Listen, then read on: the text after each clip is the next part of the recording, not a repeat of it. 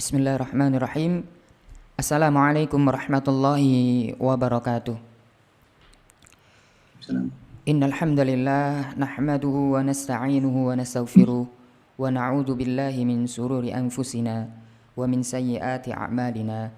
Man yahdihillahu fala mudilla lahu wa man yudlil fala hadiya lahu. Nashhadu an la ilaha illallah wahdahu la syarika lahu wa asyhadu anna Muhammadan 'abduhu wa rasuluh. Amma ba'd. Alhamdulillah pemirsa FNTV yang dimuliakan oleh Allah Subhanahu wa taala. Pada sore yang berbahagia ini kita dipertemukan kembali oleh Allah Subhanahu wa taala. Dengan izin Allah Subhanahu wa taala kita bertemu di kajian interaktif Al-Firqatun Najiyah TV dalam program tanya jawab seputar agama bersama guru kita Ustadz Ariful Bahri LCMA hafidhahullah taala. Tak lupa salawat dan salam selalu kita curahkan kepada baginda Nabi Muhammad sallallahu alaihi wasallam. Allahumma salli wa sallim wa barik alaihi wa ala alihi wa ashabihi. Pemirsa FNTV yang dimuliakan Allah Subhanahu wa taala. Alhamdulillah saat ini Ustadz Ariful Bahri sudah bergabung di tengah-tengah kita dan mudah-mudahan kesempatan pada sore hari ini dapat memberikan sebuah materi baru, sebuah tambahan ilmu baru bagi kita semuanya, tentunya di program tanya jawab seputar agama. Baik, sebelum kita mulai, insyaallah kita sapa terlebih dahulu Ustadz Ariful Bahri yang alhamdulillah sudah tersambung melalui kediaman beliau di Madinah Al-Munawwarah. Assalamualaikum warahmatullahi wabarakatuh, Ustaz. Waalaikumsalam warahmatullahi wabarakatuh. Ahlan wa sahlan wa marhaban. Ahlan bikum ya Ustaz. Alhamdulillah, barakallahu fiik ya Ustaz. Baik, Ustaz jika boleh membuka dengan kabar terkini di Madinah, Ustaz. Kami dengar di Indonesia untuk sholat di Masjid Nabawi sudah mulai sedikit longgar ya Ustaz. Atau mungkin ada kabar terbaru yang bisa Ustaz sampaikan, atau mungkin kami yang kurang tepat mendengarnya. Barakallahu fikum wa jazakumullahu khairan. Tentunya kita senantiasa berharap bermohon kepada Allah Subhanahu wa taala agar Allah senantiasa memberikan penjagaan, Allah memberikan kesehatan, dan Allah memberikan kepada kita istiqamah di dalam beragama. Amin. Alhamdulillah, tentunya kita dengan mendengarkan kabar-kabar yang ada terutama di negara Arab Saudi, terkhusus kota Mekah dan Madinah, sudah banyak kelonggaran yang diambil sikap oleh pemerintah. Seperti misalnya dalam masalah sholat, alhamdulillah tidak seperti biasa, sudah kembali rapat saf, baik itu di Mekah ataupun di Madinah ataupun di masjid-masjid yang lainnya. Begitu juga misalnya kalau seandainya kita ingin melaksanakan sholat, terutama di Masjidil Haram yang ada di Mekah, yang biasanya kalau kita sholat, kita harus ada permitnya, ada izinnya untuk mengatur berapa banyak orang yang bisa sholat di sana. Namun alhamdulillah sekarang sudah tidak ada lagi yang demikian, sehingga bebas bagi kita untuk sudah kembali bebas bagi kita untuk memasuki Masjidil Haram, Makkah dan Madinah. Sebagaimana juga sebagian anak-anak yang tentunya kita mengetahui Masjid Nabawi, Masjid Mekah adalah tempat terindah bagi seluruh kaum muslimin, terlepas daripada usia, terutama juga kepada anak-anak kaum muslimin. Dan alhamdulillah sudah juga dibolehkan bagi anak-anak masuk, walaupun mereka yang masih berumur di bawah 5 tahun ataupun mereka yang belum divaksin, namun mereka juga sudah diperbolehkan untuk masuk. Begitu juga dengan masalah bagi mereka yang ingin datang ke negara Arab Saudi, ingin berziarah, ingin melaksanakan ibadah haji dan umrah, insya Allah tidak ada lagi yang namanya istilah karantina, tidak ada lagi yang namanya istilah disyaratkan untuk tes ini dan tes itu. Alhamdulillah mereka sudah mengambil sedikit kebijakan, dan semoga kebijakan ini senantiasa berkembang, yang menambah atau yang menjadikan kita semakin bebas kembali beribadah kepada Allah Subhanahu wa taala seperti sedia kalanya. Sebagaimana kita juga mendengar kabar bahwa negara kita tercinta sedikit demi sedikit akan berusaha menerapkan, akan berusaha melonggarkan, dan semoga Allah Subhanahu wa taala angkat wabah ini dari kita semua. Allah senantiasa berikan kesehatan, kesempatan kepada kita untuk selalu beribadah kepada Allah Subhanahu wa taala. Barakallahu fiik. Amin amin ya rabbal alamin. Masyaallah, barakallahu fikum Ustaz. Alhamdulillah, dan ini juga sebuah doa bagi kami dan harapan ya Ustaz. Mudah-mudahan kami yang di studio ini diberikan kesempatan untuk berkunjung di kota suci Makkah Mukarramah dan Madinah Al-Munawwarah, khususnya bisa berhaji ataupun umrah. Amin amin ya rabbal alamin. Amin amin, dan seluruh untuk kaum muslimin. Amin Barakallahu amin amin. fiikum.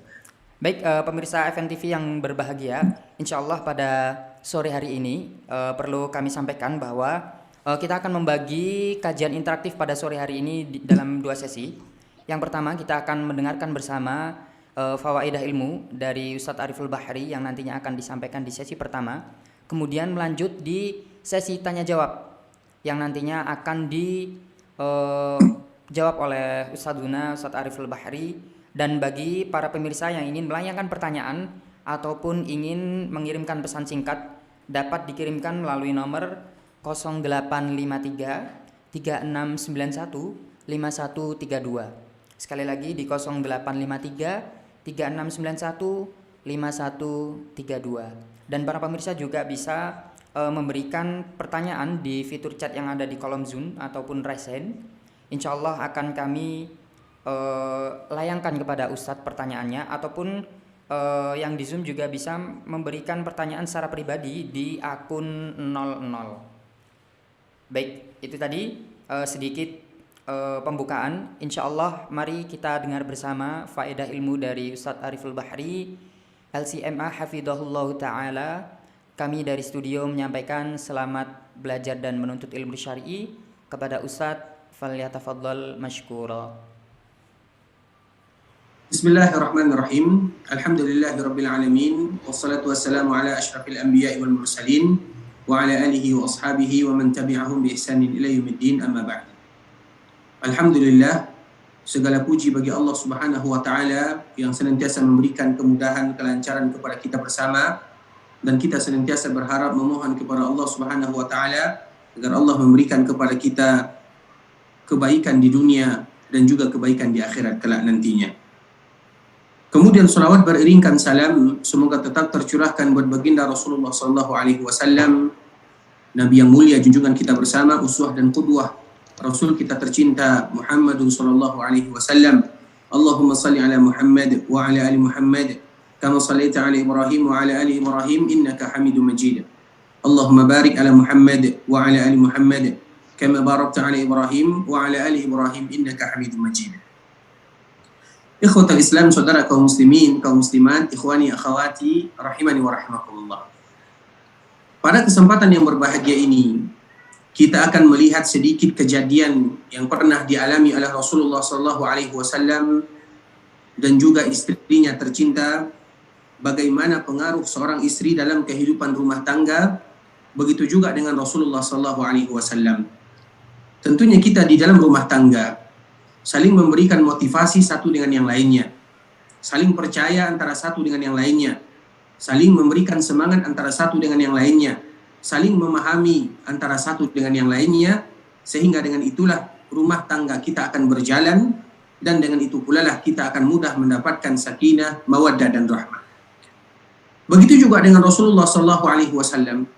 Allah Subhanahu wa taala memberikan kepada Rasulullah sallallahu alaihi wasallam para istri yang betul-betul memahami situasi dan kondisi Rasulullah sallallahu alaihi wasallam, yang kadang mereka merupakan penasehat bagi Rasulullah sallallahu alaihi wasallam, di samping mereka merupakan teman hidup bagi Rasulullah sallallahu alaihi wasallam.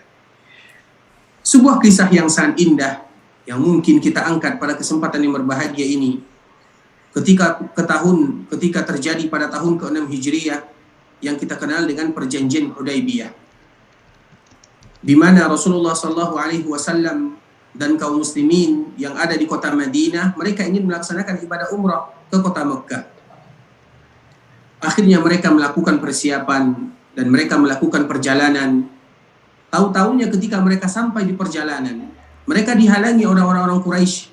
Mereka tidak diizinkan masuk ke tanah haram, tidak diizinkan masuk ke kota Mekah. Dan siapa yang tidak marah melakukan yang demikian atau terjadi keadaan seperti itu kepadanya? Rasulullah Shallallahu Alaihi Wasallam dan para sahabatnya susah untuk menerimanya, terutama para sahabat Nabi Shallallahu Alaihi Wasallam. Akhirnya kita mengetahui ketika seseorang melaksanakan ibadah haji dan melaksanakan ibadah umrah, harus mereka selesaikan ibadah tersebut. Karena Allah sendiri yang menyebutkan wa atimul hajja wal umrata lillah. Hendaklah kalian menyempurnakan ibadah haji dan umrah untuk Allah Subhanahu wa taala. Maknanya apabila kita sudah memulai, maka tidak boleh kita berhenti di sana. Wajib kita selesaikan. Kecuali kalau seandainya kita memberikan syarat, dan syarat ini adalah syarat yang disebutkan bahwa doanya adalah Allahumma in habasani habis famahilli haitsu habastani. Ya Allah, kalau seandainya aku tidak bisa jadi melaksanakan ibadah haji dan umrah setelah aku memakai pakaian ihram, maka tempatku sesuai dengan tempat di mana aku tidak bisa melaksanakan haji dan umrah tersebut. Rasulullah SAW bersama para sahabatnya, mereka membawa hewan ternaknya, yang mana itu juga untuk dihadiahkan kepada Allah Subhanahu wa taala, atau yang kita sebut dengan hadiyu. Nah, dikala mereka dihalangi oleh kaum musyrikin dan mereka tidak bisa jadi melaksanakan ibadah umrah pada tahun itu, maka di sana terjadi yang namanya perjanjian Hudaybiyah. Kemudian terjadi apa yang telah mereka sepakati antara Rasulullah SAW dengan orang-orang musyrikun, dan di antara salah satu kesepakatan tersebut adalah bahwa kaum muslimin pada tahun ini, pada tahun ke-6 Hijriah, tidak boleh melaksanakan ibadah umrah. Tentunya para sahabat tidak menerima dengan perjanjian tersebut. Maknanya sebelum terjadi perjanjian ini, maka para sahabat ada yang komentar. Di antara salah satunya adalah Umar bin Khattab radhiyallahu taala anhu. Dia datang kepada Rasulullah, "Ya Rasulullah, Allah berikan kepada kita kekuatan, kenapa kita takut? Kita tidak akan takut menghadapi orang-orang musyrikun." Kata Umar bin Khattab, "Ya Rasulullah, bukankah engkau pernah menyebutkan bahwa kita akan masuk ke tanah haram?" Rasul mengatakan iya, tapi aku tidak mengatakan harus tahun ini. Kemudian Umar lagi datang kepada Abu Bakar As-Siddiq, mengungkapkan kekesalannya, kenapa orang musyrikun menghalangi kita melaksanakan ibadah umrah, kalau perlu kita lawan. Kata Umar bin Khattab radhiyallahu ta'ala, dia datang kepada Abu Bakar As-Siddiq, dan Abu Bakar As-Siddiq mengatakan dan menjawab sesuai dengan jawaban yang disebutkan oleh Rasulullah SAW. Rasul tidak pernah menjanjikan kepada kita tahun ini akan melaksanakan ibadah umrah, namun Nabi mengatakan pasti kita masuk ke tanah haram, namun belum tentu tahunnya kapan. Akhirnya ketika dalam keadaan demikian, kaum muslimin tidak jadi melaksanakan ibadah umrah.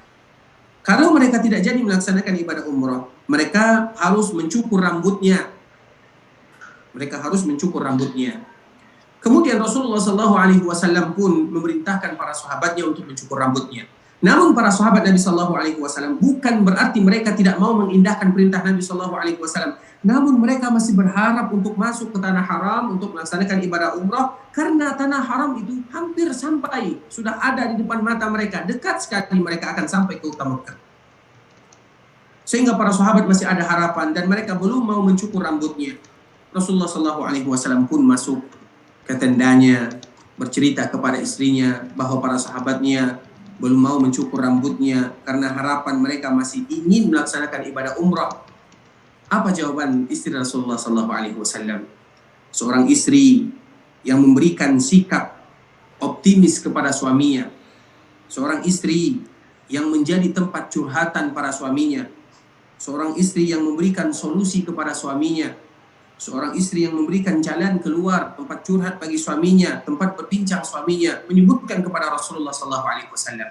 Apa kata istri Rasulullah SAW? "Ya Rasulullah, kalau seandainya kamu ingin, para sahabatmu ingin mencukur rambutnya, karena sudah ada kesepakatan antara kita dengan orang-orang musyrikun, maka tidak usah engkau mengucapkan dengan kata-kata. Cukup engkau keluar, engkau panggil tukang cukur, engkau mencukur rambutmu, maka lihat apa yang akan terjadi." Rasulullah SAW mendengarkan saran istrinya, saran yang begitu indah, saran yang begitu cemerlang dari seorang istri yang sayang kepada suaminya, yang ingin membantu suaminya menyelesaikan permasalahan-permasalahan yang ada, sehingga tanpa berpikir panjang Rasulullah SAW keluar dari tendanya. Kemudian Rasulullah SAW memanggil tukang cukur. Kemudian Nabi SAW mencukur rambutnya, sehingga hilanglah rambut Rasulullah SAW. Melihat Rasulullah SAW mencukur rambutnya, maka tanpa berkata-kata para sahabat semuanya keluar, dan semua mereka mencukur rambutnya karena melihat Rasulullah SAW sudah mencukur rambutnya. Maknanya apa? Maknanya usulan yang disebutkan oleh istri Nabi SAW merupakan usulan yang indah. Dikala para sahabat melihat Nabi mencukur rambutnya, tidak ada pilihan bagi mereka bahwa betul-betul tahun ini kita tidak akan bisa masuk ke kota Mekah untuk melaksanakan umrah, dan Nabi sudah mencukur rambutnya tidak ada pilihan. Harapan sudah habis melaksanakan ibadah umrah pada tahun ini. Sehingga para sahabat pun mereka berebutan untuk mencukur rambutnya. Sesuatu yang mudah, bahkan ini merupakan ide yang sangat luar biasa dari istri Nabi Baginda Sallallahu Alaihi Wasallam. Tadi Nabi Sallallahu Alaihi Wasallam menyebutkan dengan kata-kata, bukan berarti para sahabat tidak mau menerima, namun para sahabat mereka masih ingin. Mereka melakukan perjalanan dari Mekah yang begitu jauh, dari Madinah yang begitu jauh, perjalanan yang hampir 400 kilo jaraknya antara Mekah dengan Madinah. Mereka melakukan berhari-hari berjalan. Kemudian apakah mereka pulang begitu saja tanpa melaksanakan ibadah umrah? Sehingga mereka masih berharap agar diturunkan wahyu oleh Allah Subhanahu wa taala. Namun ketika istri Nabi memberikan usulan yang indah ini, ketika Nabi mencukur rambutnya, maka para sahabat pun mengetahui dan tahu di sana bahwa tidak ada harapan tahun ini melaksanakan ibadah umrah, dan ini merupakan ketentuan Allah Subhanahu wa taala. Sehingga pada tahun ini merupakan tahun perjanjian Hudaybiyah, perjanjian yang dilakukan antara kaum musyrikin dan Rasulullah sallallahu alaihi wasallam. Kemudian pada tahun berikutnya baru Rasulullah sallallahu alaihi wasallam melaksanakan ibadah umrah, sehingga pada tahun ke-7 disebut dengan Umratul Qadha.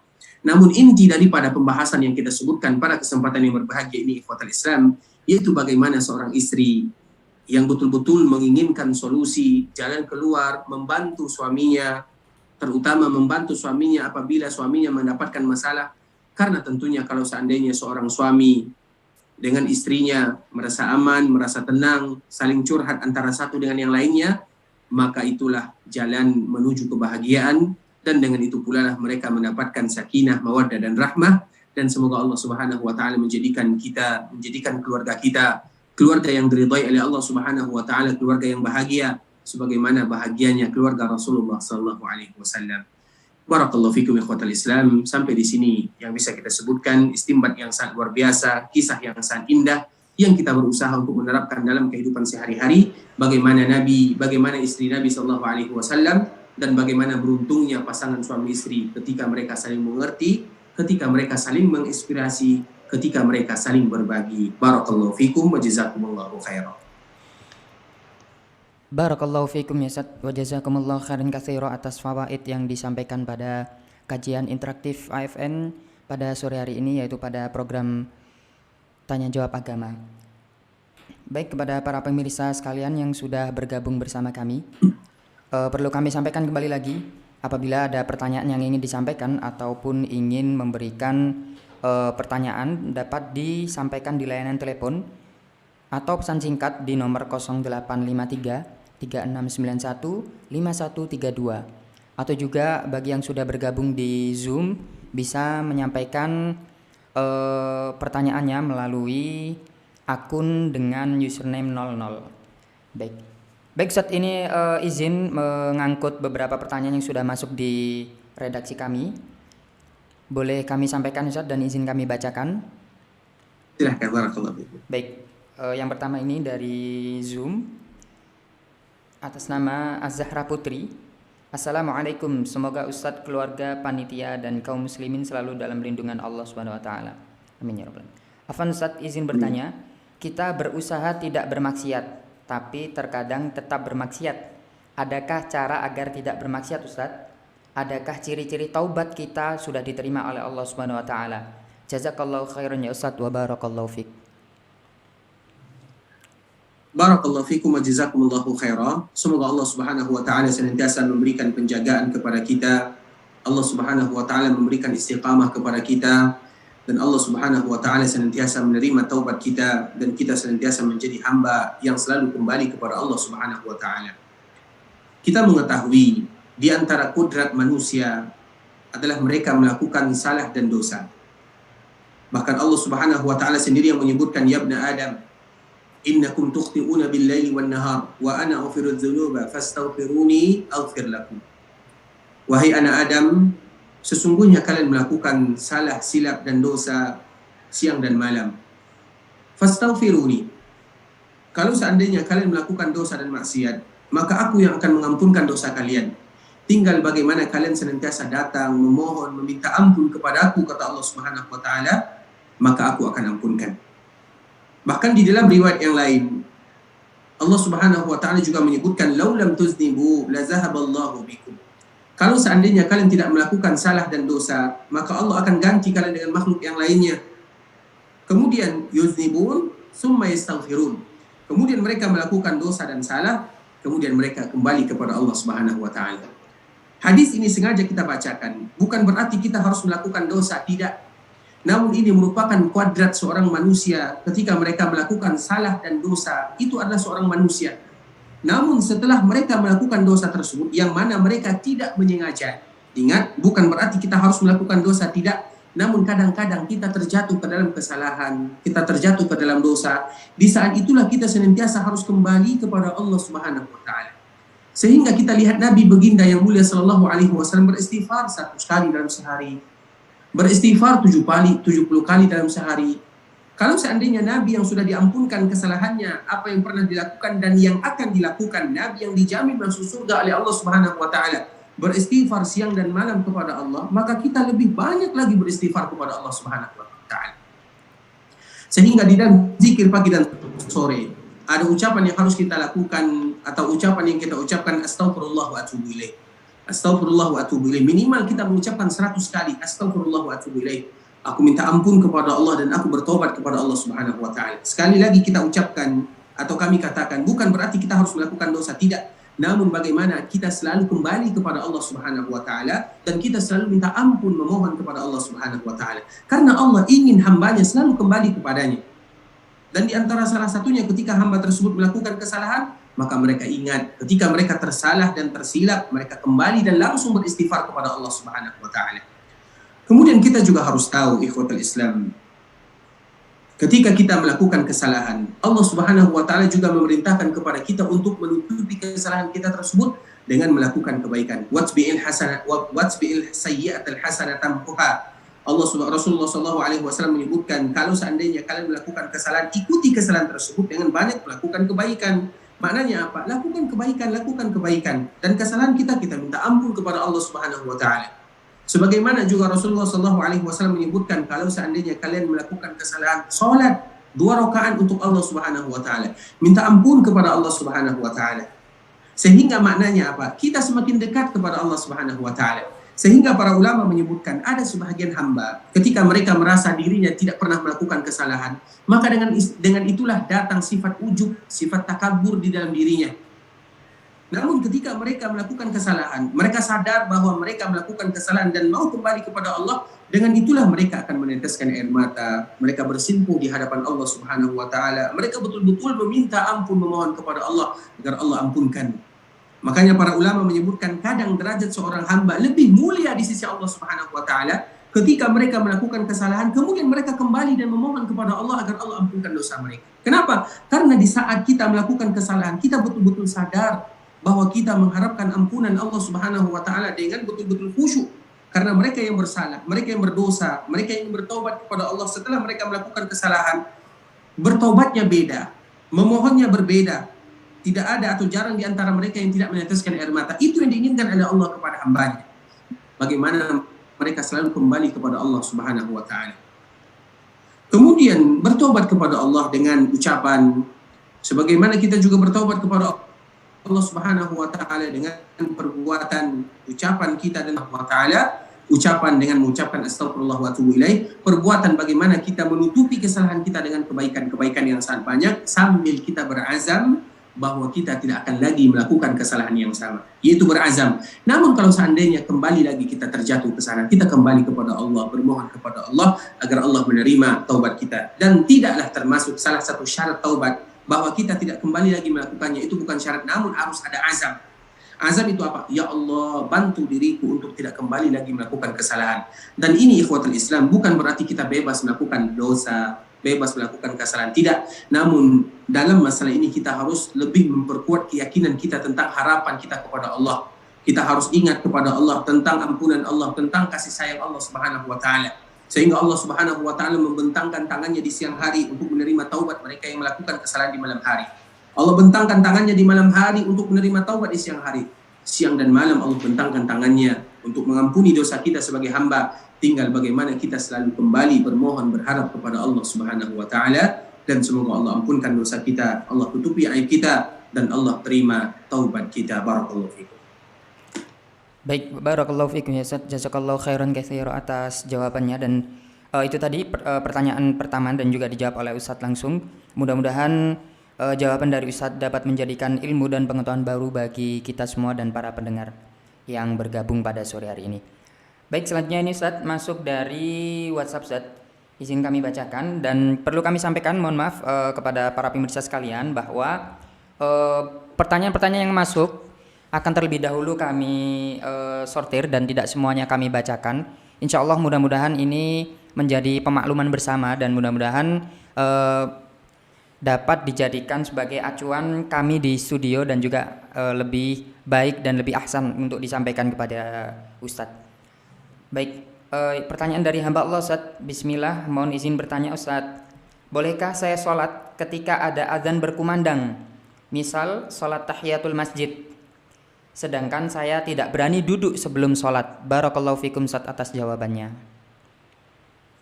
Barakallahu fikum wa jazakumullahu khaira. Ikhwatul Islam, saudara kaum muslimin, kaum muslimat, ikhwani akhwati rahimani wa rahimakumullah. Ketika seorang hamba mereka dihadapkan dengan dua ibadah, kemudian mereka tidak bisa memilih antara salah satunya, maka apa yang harus mereka lakukan? Di sini para ulama telah memberikan kepada kita rumus yang sangat indah dan kaedah yang sangat mudah untuk dilakukan. Apa kaedah yang disebutkan oleh ulama tersebut? Apabila kita dihadapkan dengan dua ibadah yang harus kita lakukan, maka kita mencari ibadah yang terpenting. Kalau seandainya antara wajib dengan sunat, maka kita dahulukan yang wajib, baru yang sunnah. Seperti misalnya kita sedang melaksanakan sholat sunat, kemudian muazzin mengumandangkan iqamah dan takbir dan imam ingin melakukan takbiratul ihram. Apa yang harus kita lakukan? Kita tinggalkan sholat sunat kita untuk mendapatkan sholat wajib. Karena bertentangan waktunya, harus kita dahulukan yang wajib. Kemudian apa lagi keadaannya? Harus kita dahulukan waktu kalau seandainya sama-sama hukumnya. Misalnya antara sunat dengan sunat sebagaimana tadi yang ditanyakan. Ketika ada orang azan, antara azan, menjawab azan, dan melakukan sholat tahiyat atau melakukan sholat sunat, apa yang harus kita dahulukan? Kalau seandainya seperti ini permasalahannya, maka yang harus kita dahulukan adalah ibadah yang waktunya sempit. Ibadah yang waktunya singkat, maka ibadah itulah yang harus kita dahulukan. Sehingga kita lihat, antara melakukan sholat tahiyat atau antara melakukan sholat sunat dengan menjawab azan, mana waktunya yang sempit? Kalau seandainya kita memperhatikan dengan seksama, azan ini waktunya terbatas, hanya 3 menit saja, 3 menit atau 4 menit saja. Kita jawab azan, yang mana pahalanya sangat besar diberikan oleh Allah Subhanahu wa taala. Sebagaimana yang disebutkan oleh Rasulullah SAW, barang siapa yang mengucapkan sebagaimana yang diucapkan oleh muadzin, dakhalal jannah, maka dia masuk surga. Ibadah yang mudah namun pahala yang besar dan berlipat ganda. Yang mana kita juga tidak mungkin meninggalkannya. Sehingga salah satu yang harus kita lakukan, kalau seandainya ada dua ibadah yang sama-sama waktunya, kita dahulukan ibadah yang sempit waktunya. Azan waktunya cuma 3 menit, 4 menit selesai. Namun sholat tahiyat, sholat sunat masih ada waktunya. Sehingga jarak kadang-kadang antara azan dengan iqamah ada berapa waktunya? Ada yang kadang 10 menit, ada yang kadang-kadang 15 menit, ada yang kadang-kadang 10 menit. Waktunya masih bebas, masih panjang dibandingkan dengan waktu azan. Nah, apabila bertentangan antara suatu ibadah dengan ibadah yang lainnya, yang mana sama-sama kita harus memilih, lihat waktu yang singkat dan kita dahulukan waktu yang singkat tersebut, baru kita melakukan ibadah yang waktunya lebih besar, waktunya lebih lama dibandingkan dengan waktu yang pertama. Nah, kalau seandainya antara azan dengan iqamah atau antara azan dengan tahiyat dan sholat sunnah, maka yang kita dahulukan jawab azan, kemudian baru kita melaksanakan tahiyat. Barakallahu fikum wa jazakumullahu khair. Baik, jazakumullah khairan katsira Ustaz atas jawabannya. Itu tadi jawaban dari Ustadz Ariful Bahri. Mudah-mudahan jawaban dari Ustadz dapat diterima oleh penanya dan menjadi tambahan ilmu bagi kita semuanya dan para pendengar. Baik, ini ada pertanyaan kembali Ustadz, pertanyaan ketiga. Ini dari seorang ikhwan dari Sulawesi Tenggara. Assalamualaikum Ustadz. Kami ringkas saja karena pertanyaannya sedikit panjang. Bagaimana hukum bagi wanita Ustadz yang sholat taraweh lebih memilih di rumah dikarenakan di masjidnya sholatnya itu kurang tumakninah, sehingga khawatir pahala sholatnya tidak mendapatkan pahala sholat semalam suntuk. Jazakallahu khairan Ustaz atas jawabannya nanti. Barakallahu fikum wa jazakumullahu khairan. Semoga Allah Subhanahu wa taala senantiasa memberikan penjagaan kepada kita bersama. Tentunya masalah sholat tarawih kita kembalikan kepada hukumnya. Bagaimanapun hukumnya tarawih tersebut merupakan sunnah, ibadah sunnah yang dianjurkan bagi kita untuk melakukannya, terutama di bulan Ramadan, dan itu adalah dalam rangka untuk menghidupkan Ramadan. Namun bagi wanita, wanita tidak akan pernah berubah hukumnya. Untuk seorang wanita tidak akan pernah berubah hukumnya. Kalau seandainya, karena wanita ini berada di antara kebaikan dengan kebaikan. Kalau seorang wanita sholat di masjid bersama kaum muslimin, mereka akan mendapatkan pahala sebagaimana yang didapatkan oleh kaum muslimin. Kalau seandainya kaum muslimin mendapatkan 27 darjat, wanita juga akan mendapatkan 27 darjat. Sama. Tapi kalau seandainya mereka sholat di rumah, mereka juga mendapatkan pahala. Dan pahala yang mereka dapatkan lebih banyak lagi dibandingkan kalau seandainya mereka masuk ke masjid dan sholat bersama kaum muslimin. Kenapa? Nabi yang menyebutkan. Sehingga wanita itu mulia dan mulia, baik dan lebih baik. Sholat di masjid mendapatkan kebaikan. Sholat di rumah banyak lagi kebaikan yang mereka dapatkan. Tidak sama dengan kami kaum laki-laki. Kami kaum laki-laki sholat di masjid mendapatkan pahala 27 darjat. Kalau di rumah 1 darjat. Bahkan diancam tidak boleh sholat di rumah karena kewajiban laki-laki melaksanakan sholat berjamaah bersama kaum muslimin. Berbeda antara laki-laki dan perempuan, sehingga itu merupakan di antara keutamaan yang Allah berikan kepada kaum wanita. Mereka beruntung antara untung dengan untung yang lainnya. Sedangkan kami laki-laki antara untung dan buntung. Begitulah kasih sayang Allah Subhanahu wa taala kepada seorang wanita, penjagaan agama terhadap mereka.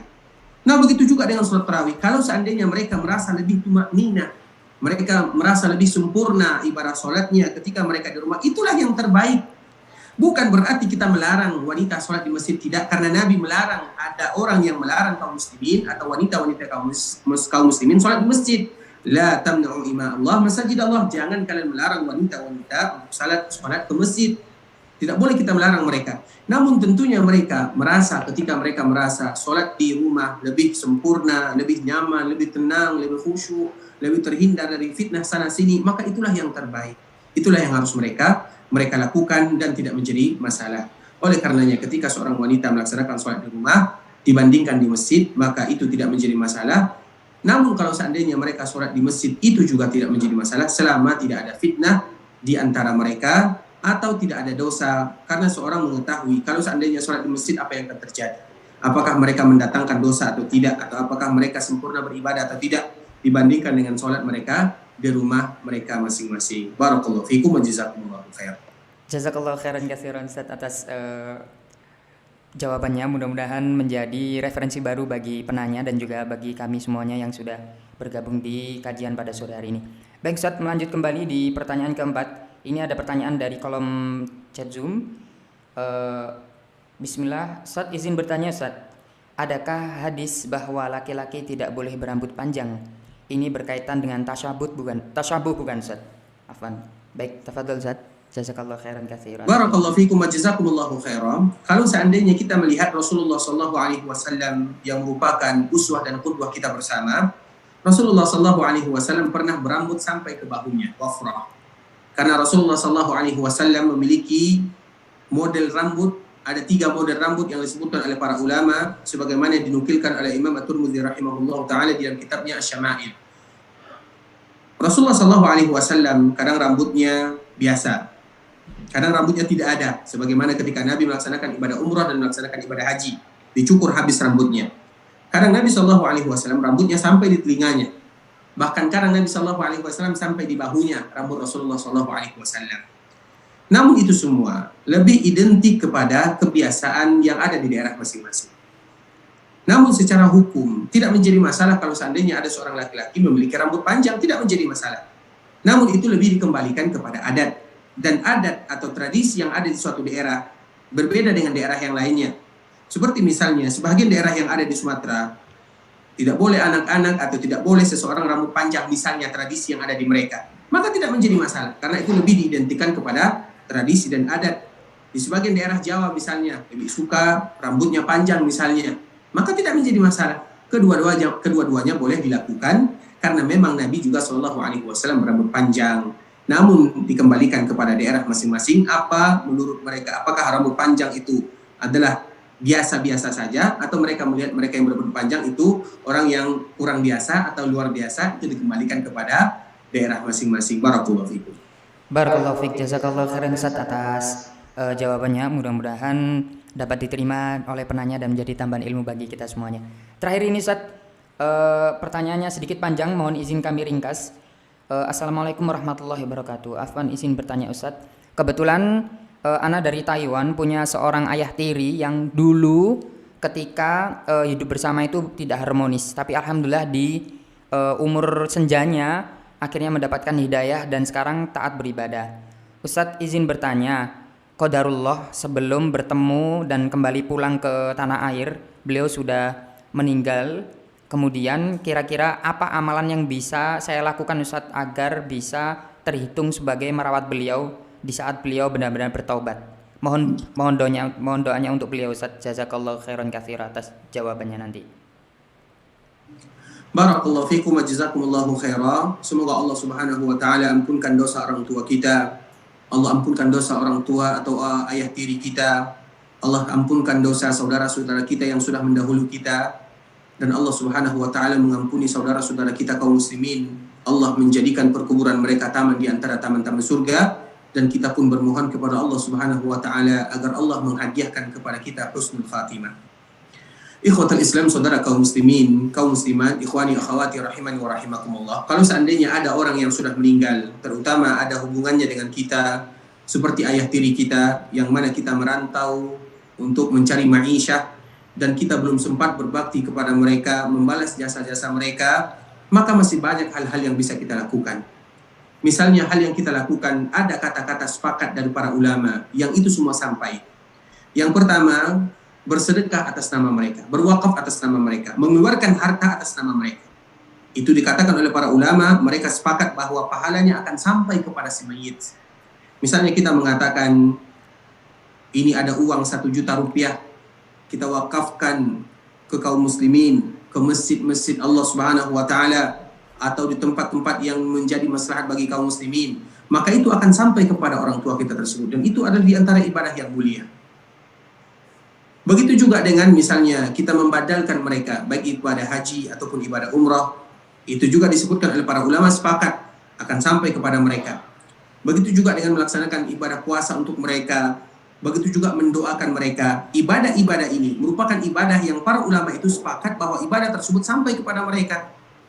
Berbeda dengan yang lainnya. Kalau yang lainnya para ulama tidak sepakat. Namun terlepas daripada sepakat atau tidak sepakatnya para ulama, yang harus kita lakukan ketika ayah tiri kita sudah meninggal dan dia betul-betul istiqamah, bertaubat kembali kepada Allah, tidak sama dengan perbuatan yang sebelumnya dia lakukan, maka yang harus kita lakukan adalah kita menyelipkan setiap doa-doa kita untuk dirinya. Dan itu ada sesuatu yang mudah kita lakukan, hanya saja butuh continue. Kalau seandainya Allah memberikan kepada kita kesempatan bisa pulang ke tanah air, maka kita berziarah ke perkuburannya, kita bermohon kepada Allah Subhanahu wa taala agar Allah melindunginya, merahmatinya, melapangkan perkuburannya, Allah jadikan perkuburannya taman di antara taman-taman surga. Masih banyak yang bisa kita lakukan. Kemudian begitu juga berbakti kepada orang yang ada hubungan dengan ayah tiri kita tersebut. Kita menyambung tali rahim dengan yang ada hubungannya dengan ayah tiri kita tersebut, itu juga menyambung tali rahim dengan apa yang telah disambung oleh orang tua kita atau oleh ayah tiri kita. Maka itu juga diantara bentuk berbakti kepada mereka. Alhamdulillah masih banyak yang bisa kita lakukan dan lakukan sesuai dengan kemampuan kita. Kalau kita mampu senantiasa mendoakan dan wajib kita lakukan, kita doakan. Kalau Allah berikan kepada kita kesempatan untuk bersedekah, berwakaf atas nama mereka, kita wakafkan, kita sedekahkan, kita hadiahkan. Begitu juga dengan amalan-amalan yang lainnya. Begitu juga kalau seandainya kita bertawassul kepada Allah Subhanahu wa taala. Kita baca Quran, kita sholat, kemudian kita bertawassul kepada ya Allah, terima amal ibadahku ini. Kemudian dengan engkau menerima ibadahku ini ya Allah, ampunkan dosa ayah tiriku. Itu juga boleh dilakukan, itu dinamakan dengan tawassul, dengan amalan-amalan soleh, yang mana semuanya boleh kita melakukan, dan semoga Allah menjaga kita, Allah menjaga seluruh kaum muslimin. Barakallahu fiik. Barakallahu fiik ya, jazakallahu khairan. Syukran katsiran Ustaz atas jawabannya dan mudah-mudahan menjadi referensi bagi para penanya. Dan ini Afwan Zat, ini terakhir Ustaz. Pertanyaannya menarik ini dari kolom Zoom dari hamba Allah. Ustadz izin bertanya, Afwan Ustadz, selama ini kami sudah berkeluarga dan suami ketika sholat subuh itu selalu terlambat. Sudah kami ingatkan, bahkan kami sholat subuhnya itu berjamaah di rumah. Sehingga ketika menunggu suami bangun itu hampir menunggu waktu 15 menit yang harusnya bisa saya lakukan untuk menyelesaikan sholat subuh. Bagaimana solusinya Ustadz? Apakah ikut sholat jamaah di masjid atau tetap saja menunggu suami meskipun waktu subuh sudah lama dari waktu azan? Syukron Ustadz atas jawabannya. Barakallahu fikum wa jazakumullahu khairan. Semoga Allah Subhanahu wa taala menjaga kita dan menjaga rumah tangga kita dan juga seluruh rumah tangga kaum muslimin. Apabila demikian keadaannya, tentunya seorang wanita diberikan kepada mereka kelonggaran tidak sama dengan laki-laki. Karena mereka diizinkan untuk sholat di rumah. Ketika waktu subuh sudah masuk, mereka langsung melakukan sholat di awal waktu, di pertengahan waktu, maka diberikan dan masih ada kebebasan bagi mereka. Walaupun yang terbaik adalah di awal waktu. Dan ini berbeda dengan kaum laki-laki. Suami misalnya dia susah dibangunkan, tentunya seorang istri mencari cara. Yang pertama, dia harus mengetahui apa sebabnya suaminya susah dibangunkan. Bisa jadi karena tidurnya lama, bisa jadi dia melakukan aktivitas yang mungkin melelahkan. Apabila kita tahu penyebabnya, maka kita berusaha untuk mengobati penyebab tersebut. Seperti misalnya kita tidur lebih cepat, atau kita misalnya membantu suami dalam urusannya sehingga dia bisa tidur lebih cepat sebagaimana Nabi SAW. Sehingga apabila kita melihat mencontoh Nabi tidak suka tidur sebelum Isya dan tidak suka berbicara setelah Isya. Maknanya apa? Nabi tidur setelah Isya. Gunanya apa? Agar nanti bangun dan mudah bangun di malam terakhir atau sebelum fajar, kemudian dalam sholat fajarnya. Kemudian apabila kita sudah melakukan yang demikian, kita juga melakukan sesuatu yang terindah terutama bagi suami kita. Ketika Allah memberikan kepada kita kemudahan bangun, di saat itulah kita berada di samping suami kita sambil mengelus kepalanya, mengusap kepalanya, mencium keningnya, melakukan hal-hal yang terindah sampai suami kita terbangunkan, dan itu adalah ibadah yang luar biasa. Ketika kita diberikan oleh Allah Subhanahu wa taala kesempatan bisa bangun cepat, kita duduk di samping suami kita bangunkan dia pelan-pelan sedikit demi sedikit sehingga dia bangun, dia bangkit, kemudian dia bisa melaksanakan sholat di masjid, maka pahala yang besar bagi seorang suami atau bagi seorang istri yang membantu ketaatan suaminya. Dan itulah yang kita cari. Saling mendukung, saling memberikan motivasi, saling memberikan inspirasi, saling menjaga satu dengan yang lainnya, saling sama-sama melakukan ketaatan kepada Allah. Dan itulah kebahagiaan yang sebenarnya, dan semoga Allah berikan kemudahan kepada kita untuk melakukannya. Barakallahu fiik. Barakallahu fiik, jazakallahu khairan katsiran atas jawabannya, dan terima kasih sekali lagi kepada para penanya sekalian yang sudah bergabung pada kajian interaktif tanya jawab seputar agama pada sore hari ini bersama Ustadzuna Ustadz Ariful Bahri LCMA hafizahullah taala. Dan kita juga menyampaikan terima kasih banyak kepada Ustadz yang sudah memfasilitasi kita semuanya untuk memberikan jawaban-jawaban dan mudah-mudahan menjadi referensi baru bagi kita semuanya dalam menuntut ilmu syar'i.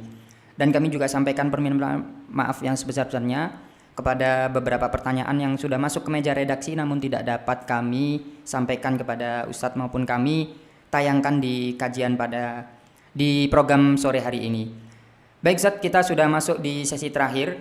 Insya Allah kiranya Ustadz dapat memberikan kesimpulan Ustadz sekaligus penutup pada program tanya jawab seputar agama sore hari ini. Kepada Ustadz dipersilakan Ustadz. Barakallahu fiikum wa jazakumullahu khairan. Ikhwatul Islam, saudara kaum muslimin, kaum muslimat, ikhwani akhwati rahimani wa rahimakumullah. Tentunya keindahan yang sebenarnya adalah bagaimana kita memanfaatkan waktu kita beribadah kepada Allah Subhanahu wa taala. Kenikmatan yang sebenarnya adalah bagaimana kita menghabiskan hari-hari kita berzikir, memohon, meminta kepada Allah Subhanahu wa taala.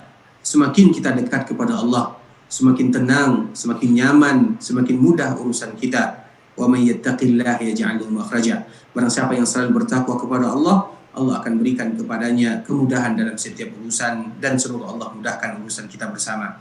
Ikhwatul Islam, mungkin sampai di sini dulu pertemuan dan perjumpaan kita. Tentunya yang benar dari Allah Subhanahu wa taala, yang salah dari diri kami pribadi karena kurangnya ilmu kami, karena keterbatasan ilmu kami, dan karena kejahilan kami. Dan kami mohon maaf kalau seandainya ada kata-kata yang salah, kata-kata yang silaf. Kita tutup dengan membaca doa kafaratul majlis. Subhanakallahumma bihamdika asyhadu an la ilaha illa anta astaghfiruka wa atubu ilaik. Assalamualaikum warahmatullahi wabarakatuh. Waalaikumsalam warahmatullahi wabarakatuh. Jazakallahu khairan katsiran sekali lagi kepada Ustadz Ariful Bahri yang sudah meluangkan waktunya